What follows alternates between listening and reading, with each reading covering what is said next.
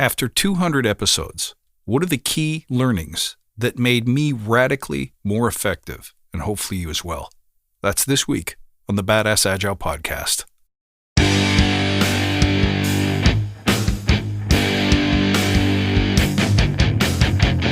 Greetings, team. Welcome to the Badass Agile podcast. I'm your host, Chris Williams.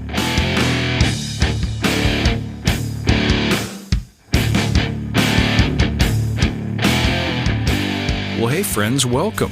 Guess what? It's 200 episodes. That's 200 numbered episodes. If you count the ones like Unscripted and Agile in Toronto at Night, it's way more. I think it's over 400, but just traditional topical episodes, this is the 200th. So I think it's time to reflect. First of all, some gratitude. A sincere thank you to everyone who has listened, who has ever listened, and supported the show in any way.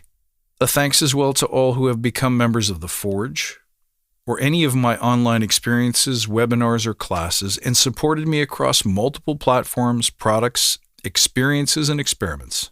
You've taught me everything I know, and I'm nowhere near done. Before we dig into it, let's take a moment to remember why we're here. To create an elite tribe of leaders who truly serve their clients and communities by doing what matters and what works, relentlessly chasing value and excellence like a badass.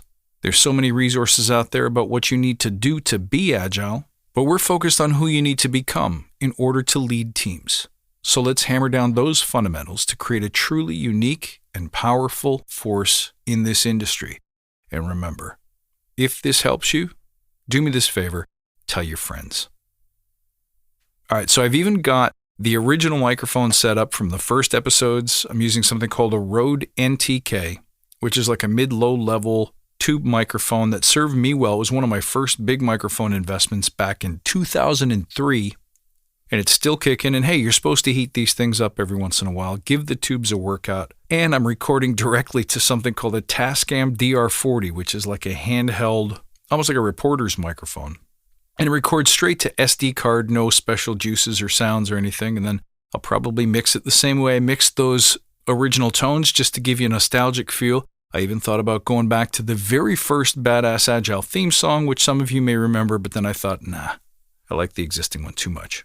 Okay, let's think about which principles, which pieces of guidance that I have given, not just once, but repeatedly probably throughout the past 200 episodes. And remember, these are the thought experiments that you've been riding along with me, but they really were experiments. Some of them were new thoughts. Some of them were ones that have been with me for a long time, but a lot of them are subject to testing and experimentation in the field. So which ones, almost 5 years later, still work and still occupy my every day? Which ones get insane levels of results? That's what I'm interested in for you. These are the principles, the ideas and the practices that have not only persisted, but represent a departure from the common thinking. This is the stuff that you can't get anywhere else. No one else will teach this to you. They've proven to be the most valuable to myself, to listeners, and practitioners. So think of this as a short course in the Badass Agile way. Number one, at the core of every badass, is their ability to create their own reality. You add value in a way that is fulfilling and native to you and you alone. And this makes you a truly unique voice. You can create whatever you want in terms of team performance, in terms of outcomes, in terms of a life that's compelling and inspiring to you. So dream big and refuse to see the world as others see it. Number two, the beauty of Agile. When I look back on it, reflect on it, and really think about it, really examine it, rests in a single truth. Consistency over time matters more than anything else. This trumps massive effort. This trumps long hours. This trumps job titles, degrees and certifications, book knowledge, expensive consultants, and an ever-expanding litany of tips, techniques, and contradictory best practices. It is simple. If you want to be agile, if you want to be badass, make small promises and keep them consistently.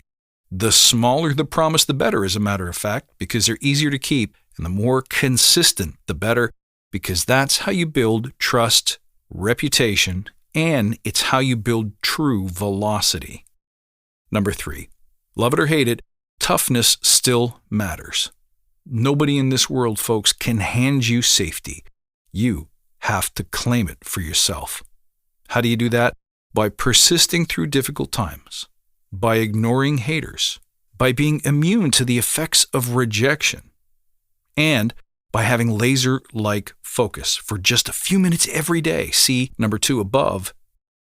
Number 4, if Agile doesn't grow past tech, it will die there. Probably really soon, as a matter of fact. Number 5, Agile represents change.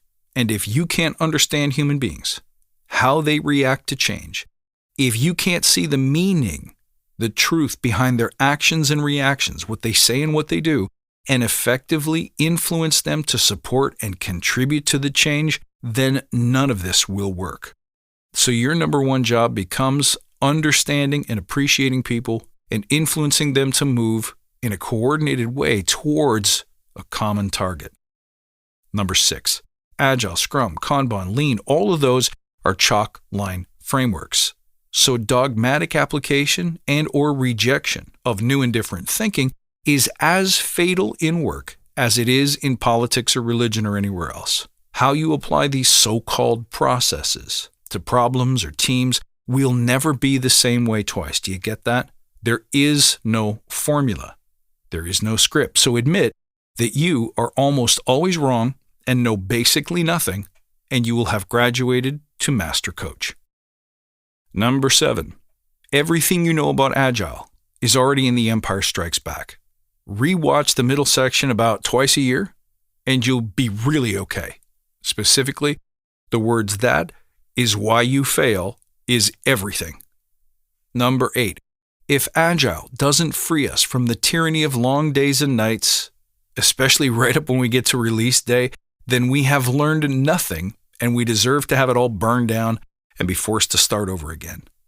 To quote the movie Scrooged, mankind should have been my business. Think about that. Number 9, there is never, in Agile or anywhere else, a right way or a wrong way. There's probably something you're doing too much of. There's probably something you're not doing enough of. So heed the wisdom of start, stop, continue, because everything good comes from balancing and then repeatedly rebalancing over time. Everything is always changing, and your ability to react and adapt, of course, is key. Somewhat related is number 10. You can never transform everything 100%, especially all at once. It's not how you build muscle. It's not how you learn a new skill, or it's not how you upgrade the ship of Theseus. If you don't know what that is, Google it, look it up. Agile teaches us to prioritize. Let's make sure that we learn that lesson in everything we do, including transformation. Number 11, certification is education. It's not actually certification. I'll let you reflect on that one. Number 12, how much you know about Agile or Scrum is basically meaningless. How well you create value is everything to your customer, to your clients, to your companies. Number 13, being badass really means painting strong, emotionally compelling pictures and moving toward that picture primarily for yourself without hesitation or apology for who you are, what you're doing, or how you do it. Your results in the real world are all that matter, not the opinions, thoughts, complaints, or criticisms of other people. Those may be normal, they may be expectable, but they have zero bearing on the impact that you make in this life. If you choose to believe differently than this, be prepared to regret it at the end of your days. Be massive. Be limitless. And finally, number 14. There's a saying written by Henry David Thoreau that most people live lives of quiet desperation. That might sound a little pessimistic, a little bit negative, but what I take from it is that most people welcome a leader who seems to know what they want and how to get it. So be that hero. That's the easiest way to live a life of significance, service, and impact. And everything that I've just shared with you applies whether you're dealing with a development team, a human resources team, a sports team. It really doesn't matter who you're coaching or who you're scrum mastering. It's our duty to make this kind of contribution. And it requires a tremendous ton of courage, selflessness, wisdom, vision, persistence, grit, resilience, humility. These are the things that I've been experimenting with, riffing on and teaching for the past 200 episodes, and I got to tell you, it has been a blast. And one more time, I want to thank you guys from tuning in around the world to be part of this crazy trip with me. As always, you can find me at badassagile.com. You can reach out on Twitter at badass_agile, and you can find me on Instagram at badassagile.